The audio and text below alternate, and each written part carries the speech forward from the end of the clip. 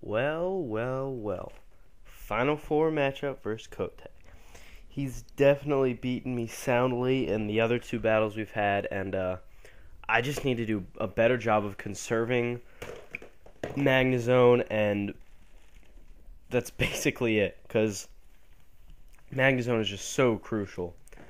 I'm switching around with Magnezone and such.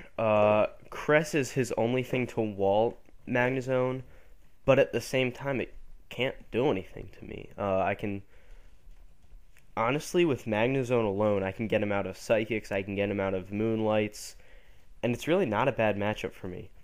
He does make a nice switch. He goes into Tangrowth as I go into Gastron. I don't know if he was, yeah, he was probably predicting that. Just thought I would dodge a T-Wave. It was just so many levels of prediction this whole match because I know what he has and he knows what I have. So if I'm predicting what he's gonna predict and he predicts that, yeah, it's gonna get kind of confusing. So when he predicts me to know that he has T-Wave and he goes to that to know that I'm gonna dodge that, I just don't know what's going on. Anyway, I believe I got Togekiss slept, which is not good. I do get Magnezone in on Aerodactyl, which is good. I'm thinking this might be the game I finally get to use my Lepa Berry, because, as there's so many things that Magnezone walls and that it needs to go in against, that I'm eventually going to run out of something. So I get him to waste a Moonlight. Nice. He only has 7 left. It's not too many. And then he gets a T-Wave off. I get Paralyzed, which was probably just a Thunderbolt, so it would have been some nifty damage. And he starts using his Psychics, and doesn't have too many. I'm going for Flash Cannons because I'm going to need them less, and I might get a drop, which would be nice. Oh, I guess Sleep Powder missed. I think that's what happened. And I make another nice double switch. I go into Magnezone as he goes into Aerodactyl. And now he's just going to go back into Cress, and I'm just going to do the same darn thing. Probably could have predicted that, gone to Gastrodon, but what's the use? He has Pecha Berry anyway, and a couple Steel types, so that's really kind of useless. They get a Paralyzed Hax, which I don't really care about, because that just means he wastes a move and I don't. Fine by me. I've fully accepted at this point that if I'm going to win this game, I'm killing Cress either by a Flea or by PP stall. It's just all there is to it.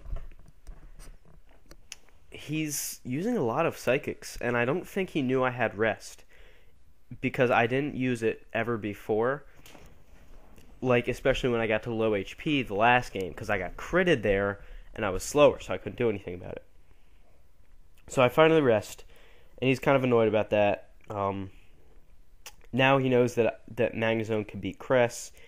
I do want to get these turns of Sleep gone. Fortunately, he goes into Tangrowth, which I can totally deal with Sleep on.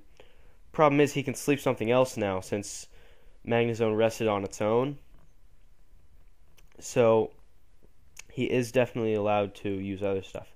I get a Flash Cannon, second Rest Talk. That's awesome. And I get a drop. Woo, that's huge. Because now, even if he protects, I can kill it.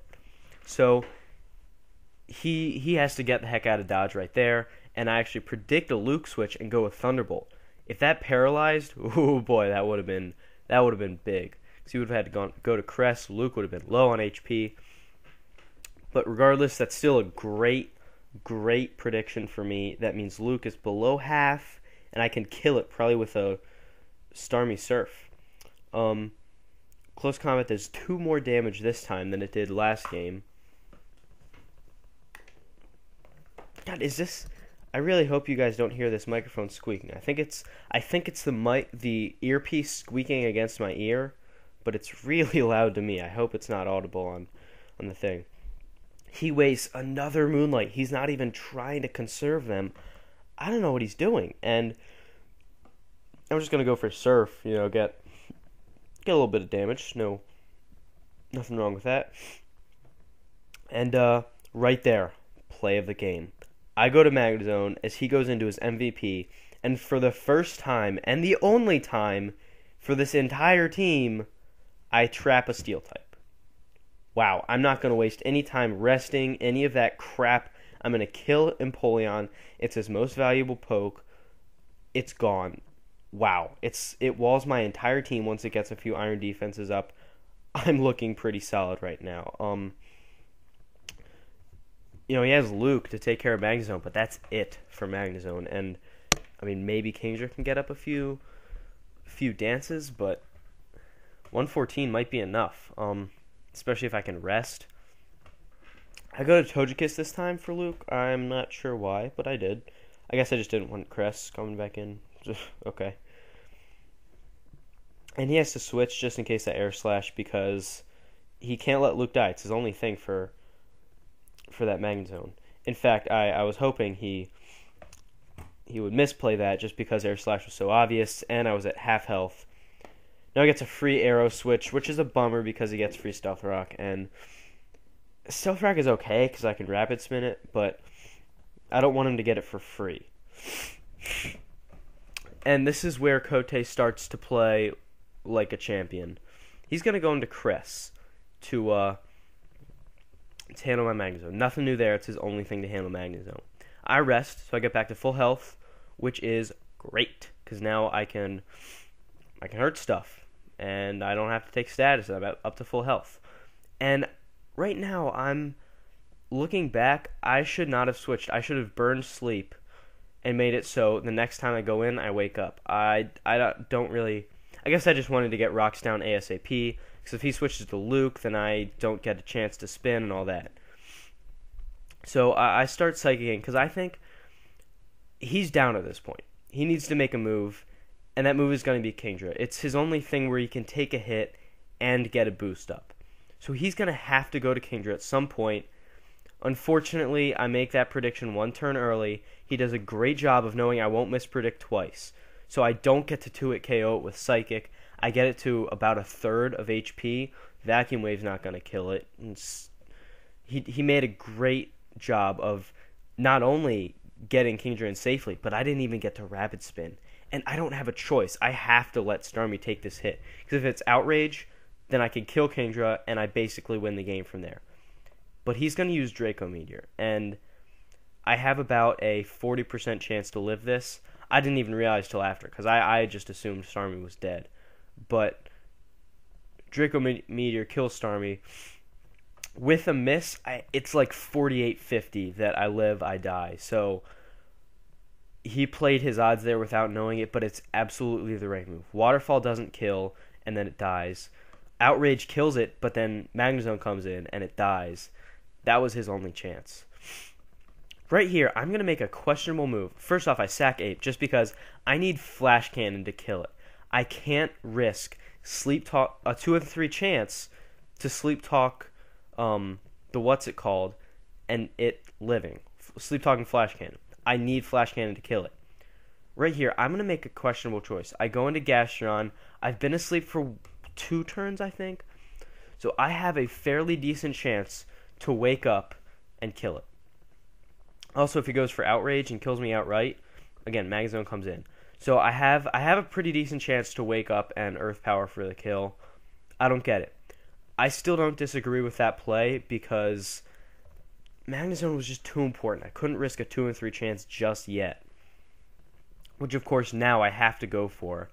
And it was really just, I don't know. I had already lost a decent chance with Starmie, and I just decided I would have to play for another with Gastron. And that's the wrong move, but if I had gotten it, it would have absolutely been the right move, because it's just so much, it's just less risk, because Gastron was less important for this game.